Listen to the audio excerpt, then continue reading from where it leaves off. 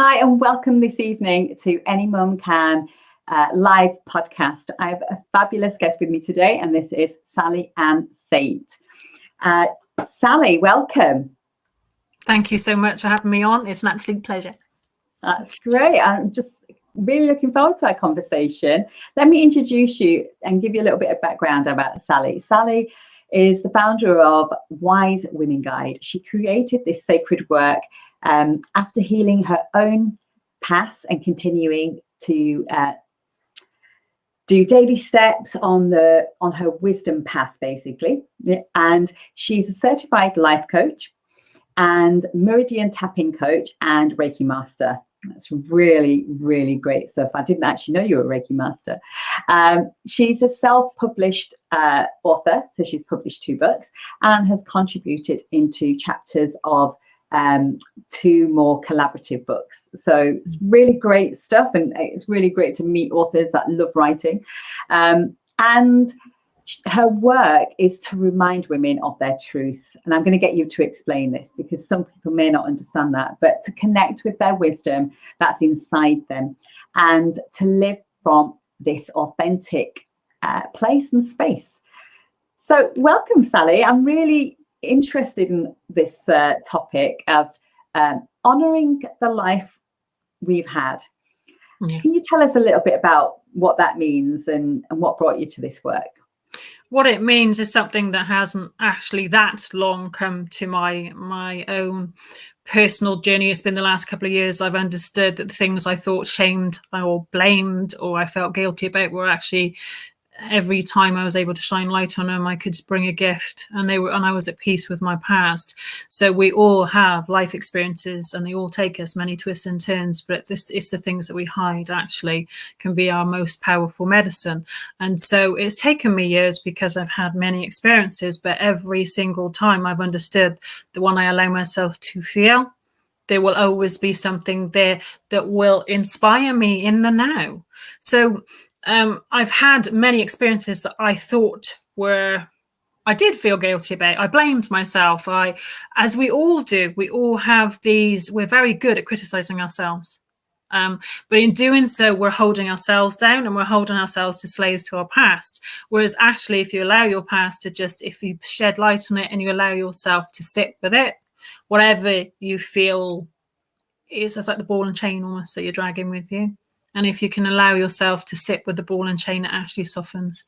And instead of those chinks being something that holds you back, they can actually be this gift that opens up for you. And it sets you free, first of all, from what you perceive is holding you down. And you're actually able to see the gift. I've understood in my own personal journey as I've healed things that when I sit with it, it's like, wow, this is actually what I did. The strength, the courage, whatever it was, I did it. And it's that, to understand you're reclaiming your past, you're putting it in its place, you're honoring it. It's no longer the ball and chain. It's actually what helps set you free when you can be kind. Be kind with yourself. We're hugely, no matter what's happened to us, we can be our worst critics, no matter what. And if you allow yourself to sit with that voice that's inside your head when you do something, if you look in the mirror or consider when you make a mistake in your day, who's the biggest critic? And it will not be the bully you had at school, or it will not be whatever, it's you. Every single time. And that's, for me, has been maybe one of the most powerful things as I've started to understand that. You talk about the inner critic, wherever I started to listen to what I was saying to myself. And I was thinking, it's just time to be kind. Is it that simple though? No, because you have to feel. So in all honesty, what I felt, sometimes I felt like I've been ripped apart. So simple. Do you know something? Has it been simple coloring the ball and chain? No, it's just been numb.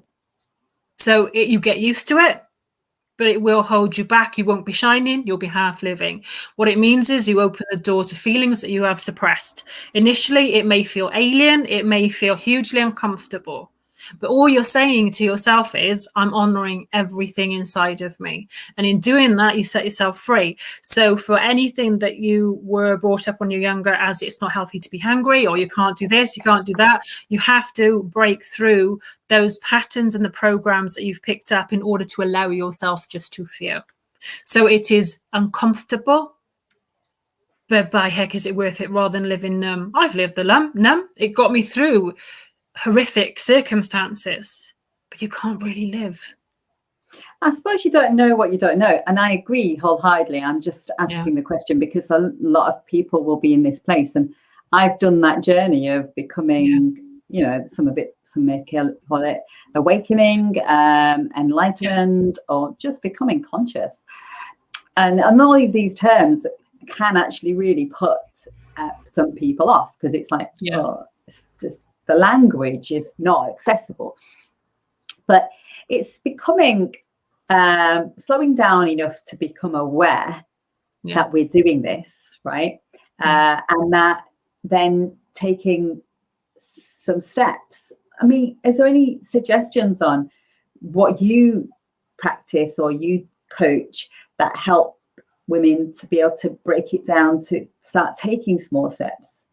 Yeah, first of all, I'll remind them of who they really are. So it's that if someone presents you and talks to you and yes, has one-to-one sessions with me or anyone else, they come to you with the things that they want to change or they're not happy about. The one thing I do before I support them in opening up to these things that they want to change is understanding what they've got through and how what they perceive holds them back is actually, we talked about numbness just now. That numbness had its place, and it's something that at times when you go into an extreme situation, you may need that numbness again because it'll get you through. So it's about not demonizing something that you feel is holding you back, but understanding it's a useful tool. It just needs to soften. But I always remind women, first of all, before I work with them, of how remarkable we are, because we are. No matter what they come with, no matter how low their self-esteem is, no matter how they feel their life is rubbish, I always remind them, first of all, how they're remarkable, because that's connecting with the truth. You are. No matter what's happened to you, there's a spark inside you that's divine. No matter what, no matter how you feel unworthy or you're worthless or all those words that you'll call yourself, inside you, you've got the divine spark. So I always connect with that. And then we work with the things, because the other things are when you allow yourself to start to honor who you are and feel it. So I'll do slow meditation, guided meditation. I'll ask them to close their eyes just to feel their heart, because the heart will always tell you the truth.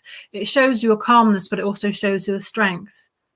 And when you can connect with that, you then can just slowly work with the layers then that come through. But it's always to work with this here. And someone that wants to work with you, they're over halfway through their transformation of their life because they've said, I want help. Yeah. It's one of the most empowering things you can do. We're not meant to be on our own, but we have been, it's like societally seen acceptable to be strong, to be handling everything. I'm a self-employed single person, so I know what it's like. My work relies on me. The work that I do relies on me doing it, me looking after my son, getting him to school, all these various things that you're dealing with. And for a time I did do I could do it all myself, and I did because I needed to. And then once that needed to time had gone, I then had to work with the layers because I found it really hard letting people in. But it was one of the most empowering things to say, I need help. And also then to face the things that were holding me back with if you ask for help, how does it feel? But it's always when you ask for help, you are ready, because inside you're saying, I want more from life. I want to grow. I want to expand. I want to let people in. That's what I want help means. Yeah. Yeah. And this stuff you talked about with the past, that may have been like, I don't think you use these words, but like a shadow, these things that are in our life that you use the word ashamed or, these things that we don't want to talk about. I remember thinking about this, about my life and how actually you can go back and create a different meaning. How did you make a different assertion or take something different from some of the things that you haven't been the most proud about your younger life or past life? Not past as in past life, but this current life, but when you were younger. There was big healing when my mum passed, because before she passed, although it was extremely painful because she was dying of cancer, so she was in a lot of pain. But the last week or so that she was passing, she was able to use her voice. She had a powerful voice, and for her life I'd seen her with no voice, and she'd had an abused childhood. My dad had as well. So what happened as a child, I grew up with people who should never be around me, because there was no boundaries, there was no one. Also, predators and prey, no, you know, so there were predators. It was not healthy. I blanked out a lot of my childhood because I needed to. But what I saw in this time with my mum, although she was dying, was that she had this strong voice and she spoke. And so I saw a fire inside her, even though that she was going. And what inspired me then ever since is that the love I felt from her was no longer conditioned with the things she tried to suppress to keep small. And that was what she passed on to me, because that was her way of coping. And in a way, in her passing, it helped me understand, and every single day it still does. It's a year and a half now since she passed, but that has helped me immensely, because I saw her journey, I saw her truth then, because she showed who she really was without this congealment here, because there was no need to suppress it. It'd gone. The dying, the veil dropping, whatever you want to call it, was actually then I was able to see who she really was. And I also understand from my own personal journey, as I was healing, it was very challenging for her, because her whole thing to keep us safe was to stay small. But when I was healing, I was speaking up, I was writing, I was expanding. And so for her, the danger was that it was like this automatic danger thing with me. And so she was still trying to hold me back.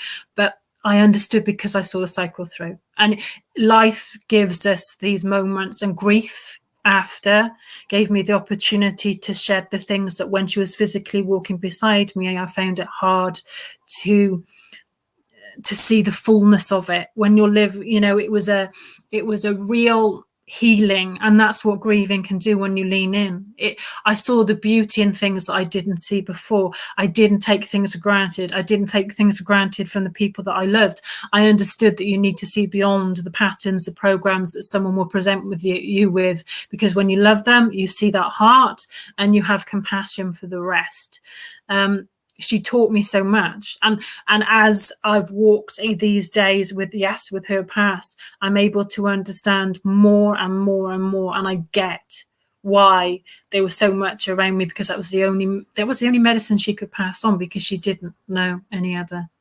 But I saw and I heard her voice before she went. And so you took a different meaning. Did that change everything about, even if you don't remember so many things? Did it change the meaning of many things? And I came to peace with the fact that I've blanked out a huge part of my childhood, and in a way I've fought that. And I want to, and I fought against it, but actually it was self-preservation, and there's nothing to fight. So and I understood, my dad had passed years before as well. So both my parents, I've got my siblings, right, they'd passed. And I understood from their point of view, I just understood why I had compassion. It was having compassion for myself. So not being so harsh. I understood that I replicated patterns because I saw my parents and I saw these people around. And so I replicated things because these were the key people around me. There was even someone, he was a living workman, there was an alcoholic. I blocked him. I have like 3 memories of him, and he was there before I was born until I went to secondary school. I've got 3 memories of a man in my house. But what I was drawn to was men with alcohol on their breath, even though I didn't know. And it was only my mum who told me a few years ago before she passed that he'd lived in the house that long. But I'd blocked him because that was obviously the only way I could handle it. But it's, there were patterns. I also then were drawn to a certain kind of man, because this man actually was one of the key figures in my life, even though I'd blocked him out. And so I understand when women come to me and they don't know, I understand. And the things that we hold and hide, they still walk with us, and they do mean that we walk into situations that we would not have done before. But it's to have compassion, and this is the thing about having compassion for your past, because your past, then you understand why I made that decision, why I allowed that person in, why that person came anywhere near me. And it's just these kind of things that you just have more and more compassion. And actually then you start to see, do you know something? I was a child, but I got through. I did this, and look at the life that I'm living. Or for me, it's understanding that the more and more I transform my life, and the more I have compassion for myself, the more I understand how remarkable I am. But that's then how I can hold space for others. I'm human, so I'll have my days. I'm also perimenopausal, so that, that has given me a huge opportunity to walk on a daily path, because the perimenopause has just given me that.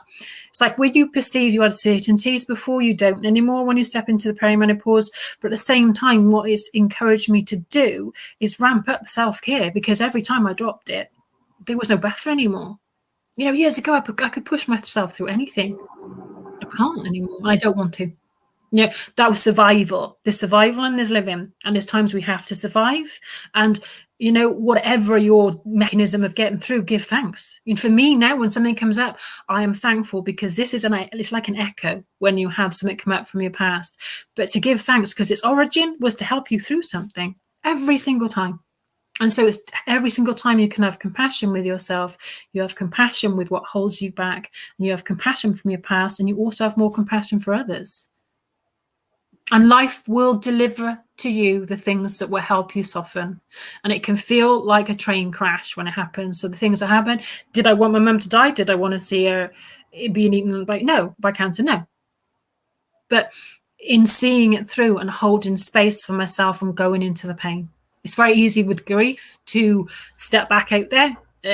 There were people that were understood and could hold space. There were people who hadn't experienced it before and were trying to encourage me back out again. I just wanted space. There are layers that you go through when you grieve, and it's important you allow those layers, because they heal. They break you. They rip you apart, because they break the things that are in the way of your heart. Anything that has been protection, it will encourage it to soften. We're meant to feel. And what would you say to the skeptics that would say, isn't that just dwelling? Depends. In the skeptic, I've lived more since I've allowed myself the honour of feeling than I ever did before. Doesn't matter what somebody else says. Is there a difference, though? Is there a difference between dwelling and then allowing yourself to feel in order to heal? Dwelling feels more like you're stuck. It's more like you're staying somewhere. Healing, you release things. I go into something, I come out.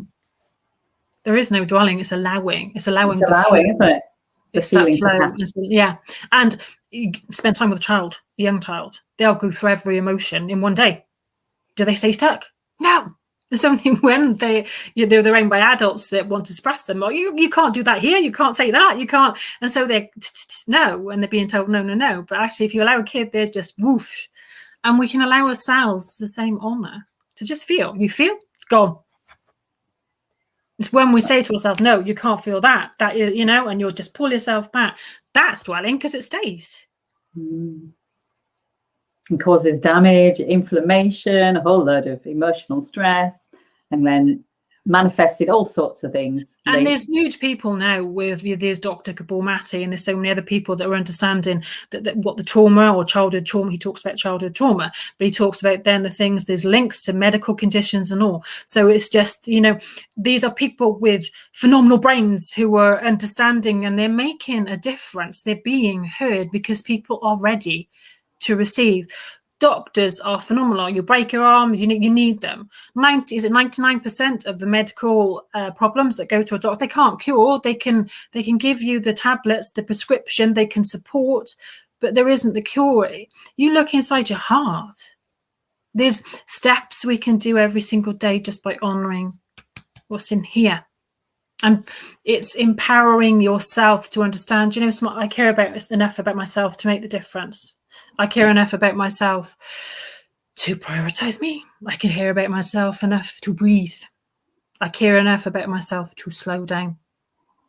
And it's not selfish. I've been a better parent since I've cared about myself, because I'm showing my son what it is to look after yourself. They learn so much, yes, by this, but they look and they listen, and they are these eyes that watching. I showed him how to work myself hard. I had two parents that worked themselves into the ground, but they were running away. It was rather than face emotions. So I know how to work. I know how to be a steam train. I wasn't showing him how to come off it. And I think my mum pretty much showed us like the hard work ethic. And she was widowed when I was 6 with 4 children. So I think, we personally have seen that. That's what our view of, I think, also as being a woman, that, last week we had I had somebody on. She talked about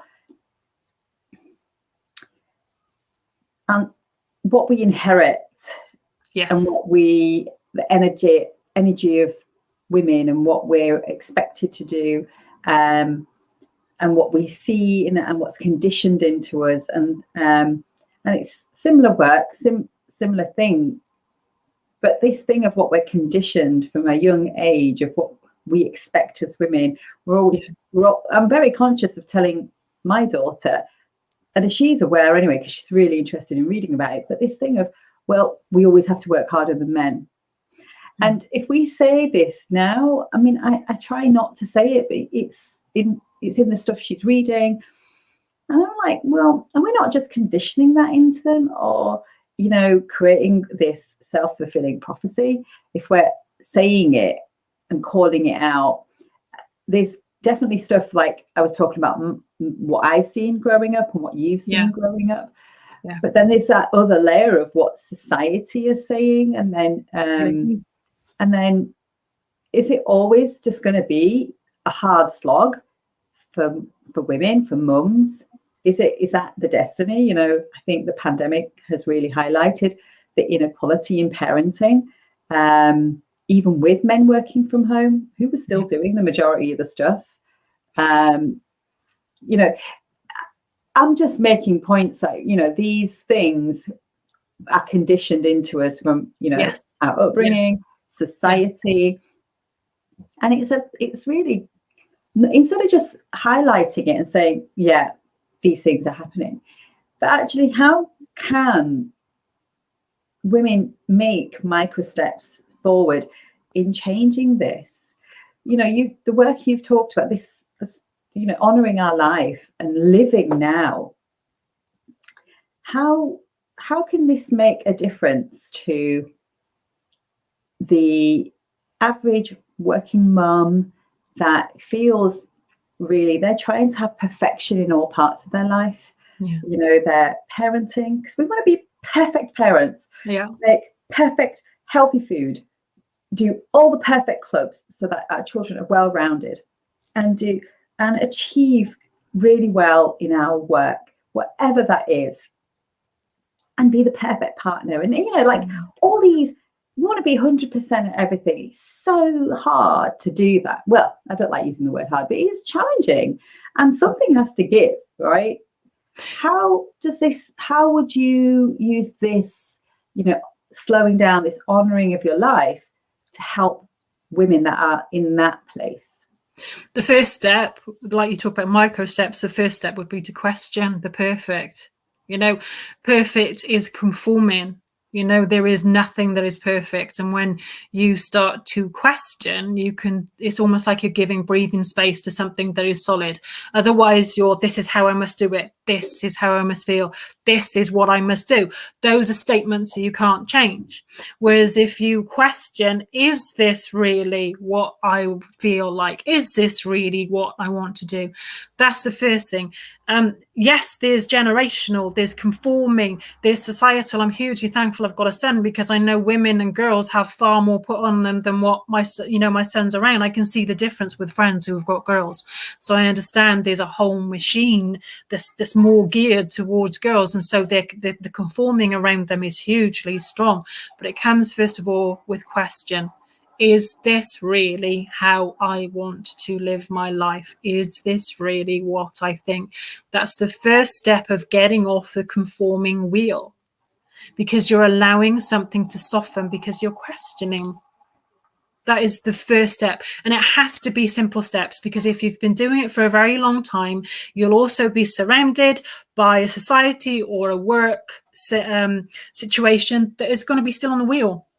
So they're going to be showing this is normal. This is how you do it. You'll have friends that will be conforming to it, because it's like gravitates to like. So as you start to question, you'll still be surrounded by it.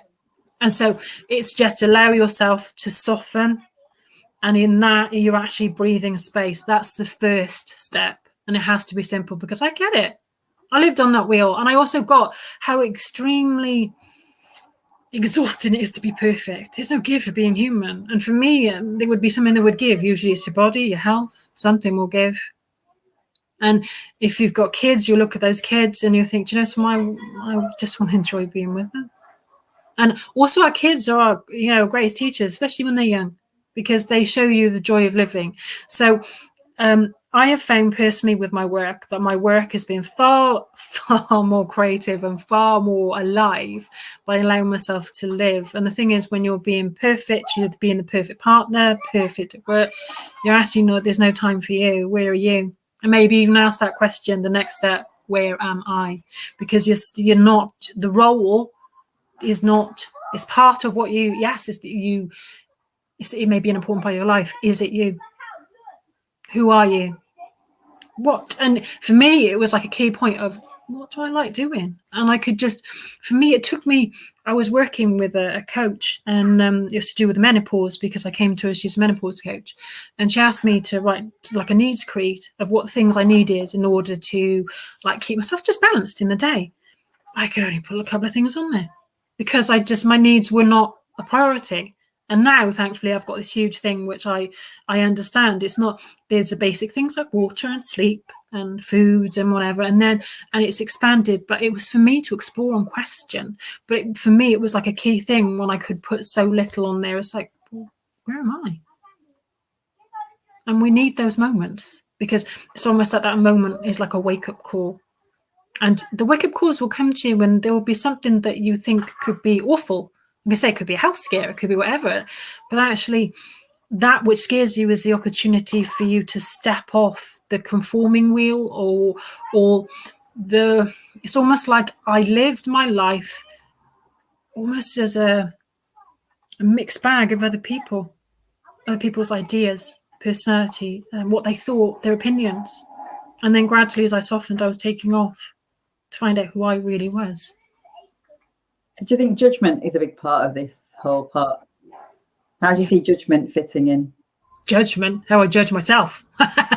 And also then I was hugely open to how other people judge me. The opinion of others meant I was giving everything, because their opinion was so important to me, because mine didn't matter. So I was looking for that confirmation so if someone gave me a compliment, fantastic. If someone didn't, I'd be on the floor. And that's the thing of riding. It's like you're looking for something from someone else, and then you're riding the waves of other people and other people's opinions, and it's exhausting. And they say another wake-up call. It can be a wake-up call when you understand. It's like, right, I'm at the whims of whatever, whatever. It could be your kids, it could be whatever. But if you're so riding their waves, where are you? Yeah. And you'll know the difference, because you'll be depleted, you'll be exhausted, you'll be it's like you're giving so much because actually you need something, and you need their approval, you need their love, you need their validation. Yes. And so they become the judge, and you're the one stood there. They're the judge and the jury, and you're here going, what judgment are they gonna put over me? If they like me, great. If they don't, bad me. The thing is, they're gonna judge you anyway. Exactly. But when you start to honor yourself, what they feel or what they think of you starts to soften. And so it's that. And that's one of the most freeing things, because, again, I lived a conforming life. When you're taught to be small and suppressed, then you give whatever that other person wants. And was that the same as people pleasing? Yeah. And they're tied to the same kind of thing, the insecurity of it's just I'm this size and other people. And it's also the pedestal. If you put people on pedestals, it's the same kind of thing. If you put someone on a pedestal, you've put yourself small. Everyone's equal. And then you start to understand you can listen to someone else's opinion, but you can disagree with it. Inside, thank you, but that's just not what I think. And that's when you're equaling yourself to someone else.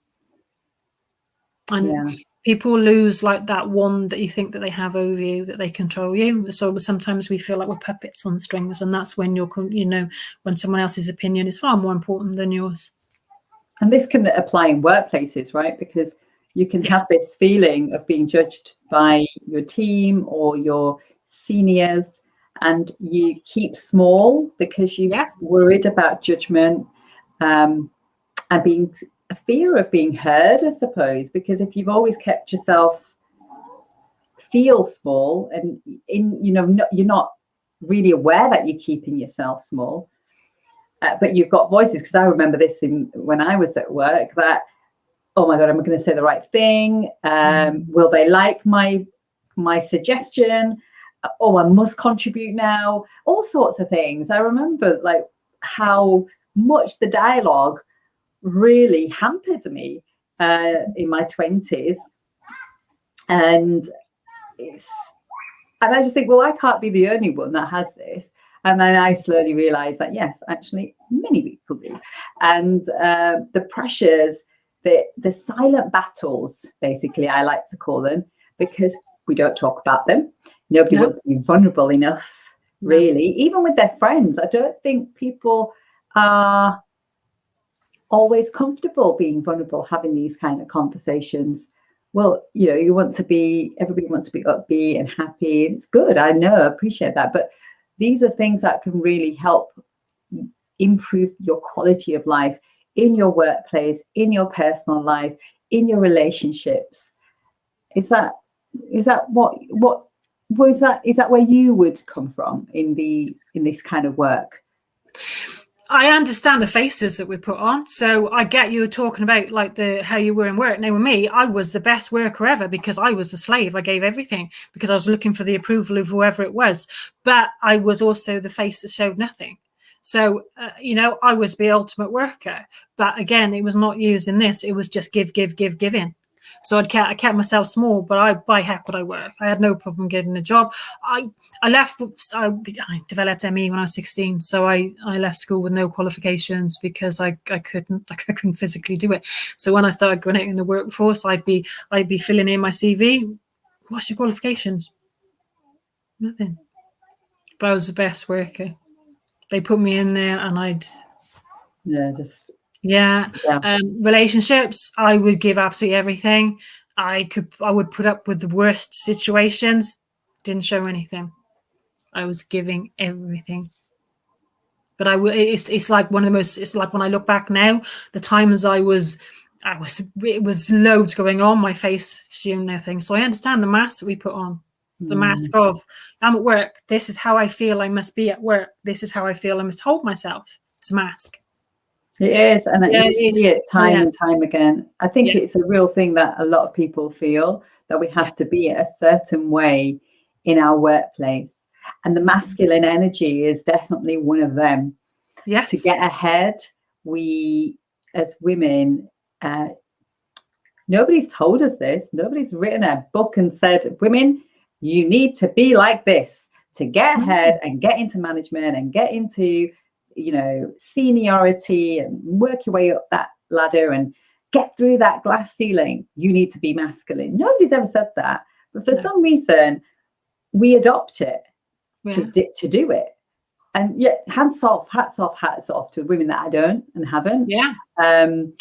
But in my time, and still now in the research that I'm doing on understanding career women and the struggles they're having, I hear it even now today. I've been out of corporate for more than 10 years, and it hasn't really changed. 10 years is really not a long time. Things haven't really moved massively on. Great, the pandemic's brought this dynamic of hybrid working, home working, flexibility, and actually it's been proven with lots of organizations that people are much more productive in their working from home. Whereas when we worked from home 15 years ago, it was deemed as skiving. Yeah. That she's having a jolly day at home. Yeah. No, you'd actually do more work because you don't have any of these distracting conversations. So the whole thing of that's just touching on the pandemic, but actually being able to be aware of how we can achieve the same outcome or even more without needing to feel we need to be so like men. Yeah, for my own, I'll talk first of all from my own personal opinion. What I've understood as I took on the masculine role very easily. So masculine is doing, is keep on, action, it's like the action man. But also underneath it, I was afraid of being a woman. So for me to be then and it's the do. But I understood now, it's only recently I've decided to understand, because I'm starting to enjoy being a woman. I understood that for so long I actually was suppressing a huge part of me. Now that would be generational as well as society, about what you pick up about being a woman. It's Woman Week, whatever, whatever it was that you could have picked up about being woman. If you've got those messages, what it does is encourage the masculine. So that's one aspect. I know it's hugely fed us. I'm not disputing that the businesswoman, the woman that does everything, is the very masculine energy is what there is being encouraged. But if you can just start to question, is there anything about being woman? And so rather than attacking or not attacking, trying to must alter the masculine energy or make it smaller, rather thinking, I would just gently start to inquire, what do you feel about being woman, and just allow whatever to come through. Don't filter, just what is it, what do I really think about being a woman? And for me, it was a personal thing of like questioning, what do I actually want to wear? Because again, I found I'd been conforming with what I was wearing, because again, when we go through our lives, we pick up trends or whatever, but it's actually now it's like, well, what do I want to wear? And it's like explore. The more I've explored being a woman, the more I'm able to drop into the feminine. The feminine's creativity. My work has just altered because that creative can flow into it. So rather than the masculine is needed, so it is action, but it just needs to be balanced with the feminine.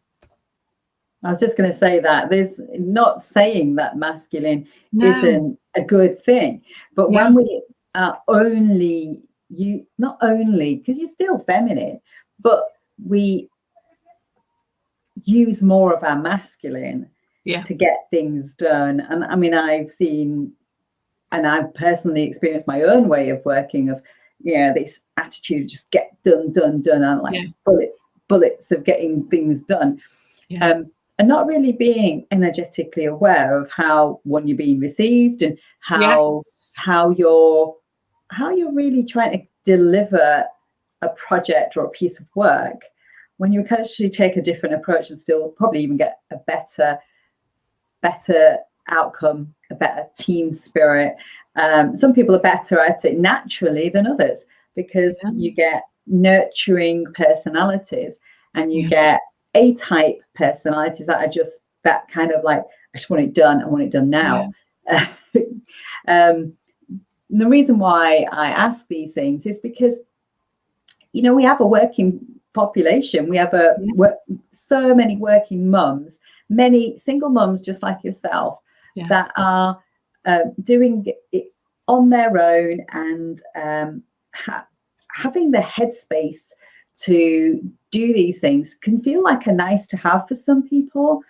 But actually, when you start to realize how really taking that step back and doing a little bit of a awareness audit of things that are going on for you, and the softening that you're talking about, if you have a reason, because some people wait until they're not waiting, it's just it doesn't occur until they are burned out or something goes terribly wrong, but it's trying to catch people before that, and giving them a reason to, because otherwise, if you don't have a reason to, you just don't do it. You just, because you're surrounded by others that are on this same wheel. But it's about how we can encourage people to see, okay, well, all right, great, you've not had a car crash yet, but this is the incentive, that how it can change the way you work, your creativity, not feel, the chatter in the head that holds us back. What else would you use to sell this, path of self-exploration, or whatever words you would use? You get to live. It's like when you are conforming and you're on the wheels, it's like you've got a canvas behind you and it may have one or two colors on it. But when you go on this path, you open up to so many colors. It's like having the most phenomenal landscape behind you instead of a black and white picture. It's like the more you breathe life into yourself, the more color you have in your life. Because no matter what you do here, it affects your life. It affects how you view life. It affects how you view others. It affects the ability to say yes to wonderful opportunities. It affects your ability to say no to something that would hold you back. That's the difference. You have a technicolor life. Yeah, you have more energy. really You're alive. Yeah, I like that. I like that. That's really well put. Thank you. You're Thank so welcome. you, Sally. Where can people find you if they want to get in touch with you? I'm on all the social media platforms. The easiest one is to go on my website, which is www.wisewomanguy.co.uk. But I'm Sally Ann Saint. I'm on everything. I'm easy to find. But and do reach out if this inspires you or sparks something. You're never alone. You just have to say hands up. Fantastic. And a question about you, just to finish on. What would you say your superpowers are and why? The courage to lean into whatever it is I feel inside. That's becoming my superpower. So it's easy to lean in when you feel joyful, but I'm leaning in when I feel sad, and that's a superpower, just to lean in, because then it just moves on. Lean in, just clarify. Yeah, lean in as in just allow the feeling to be. Yeah. I'm saying I'm honoring whatever. So then it flows. So rather than something that feels like it's hanging on to me, I'll allow myself the honor of feeling. And that's becoming my superpower because it's setting me free. Yeah. Altering how I view things, how I view myself, how I view others. It's changing. It softens things, but also gives the ultimate strength as well, because you've got nothing to run or hide from. Fantastic. Really, really good. Is that like being in flow? Yeah. Yeah. Yeah. What comes? It's just different flavors of ice cream, but it's the same kind of, it's just, and when you step inside, you find out what really matters to you, and you find the medicine for you, and it's your own personal medicine. And that's what makes it unique, because you are unique. And that's the importance of going inside. You find out who you are, what works for you, what you enjoy. And it gives you the magic in life, because you're off other people's wheel and you're all on your own in this fantastic journey with a landscape that's walking beside you that is full of colour. That's living. Love it. Well, thank you, Sally. Thank you so much for having me. And thank you guys for listening this evening. And we shall see you all next week. Take care.